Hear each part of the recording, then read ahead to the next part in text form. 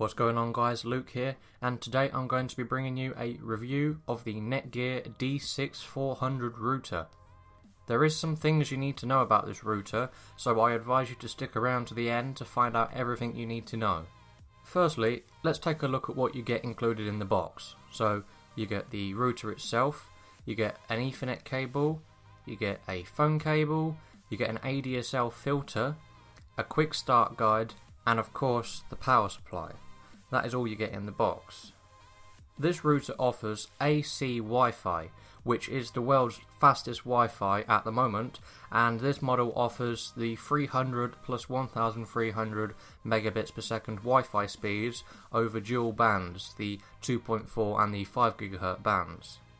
This device provides VDSL and ADSL auto detection with connections over a phone line, and what this means is that unlike some routers which require you to have a modem as well, you can simply replace this router with the one provided by your ISP. Setup is simple, just remove the old router and connect the new router with the same cables. The router offers 4 gigabit Ethernet ports for your devices, 1 gigabit port for a fiber modem, and 1 port for a DSL phone line. Other features on this router do include the 2 USB 2.0 ports, one on the back and one on the side, and also the buttons on the side, one button for turning the Wi-Fi on and off and one for the WPS port. Once everything is connected, you can turn the router on and access the dashboard through the default IP page over Ethernet or Wi-Fi. The default wireless details are displayed on the front of the device. You can then choose to set up the device using the NETGEAR Genie, which I do recommend you do, or if you do know how to, you can set up the device manually using your ISP configuration details. You can do it that way if you want to. So NETGEAR offer a free downloadable app from the Android or Apple App Store, which allows you to manage your network remotely and manage things like printers, guest Wi-Fi access, and parental controls, etc. And with this app, you can even make any printer AirPrint compatible for printing from your Apple devices. So enough of the details and on to what I actually think of the device. This is the part you'll need to listen to if you're thinking about purchasing this router.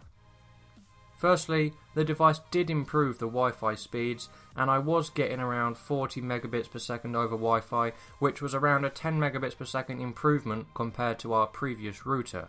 However, I could only get the internet access for about 10 minutes before it lost connection to the DNS server.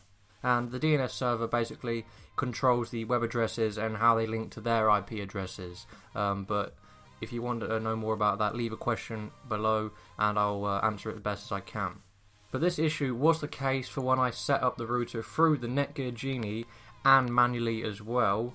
I even updated the firmware to see whether this would resolve the issue, however it didn't.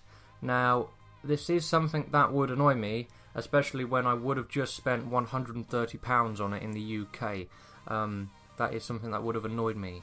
For when it did work though, it was faster than the router provided by your ISP, and the issue most likely won't occur with you if you decide to buy one, because it's most likely an issue with our ISP themselves. But in conclusion, I did enjoy testing out all the different features this router is capable of performing, and it's definitely an improvement over the standard ISP routers you'll get. And it's an improvement in terms of the network functions as well, making any printer AirPrint compatible. You won't find that on a standard ISP router. But thank you very much for NETGEAR for sending this out to me, and I hope you've enjoyed the review. Please help me out by giving this video a like and subscribing for more content. I will have some up soon. And yeah, thank you very much for watching, and I'll catch you in the next one.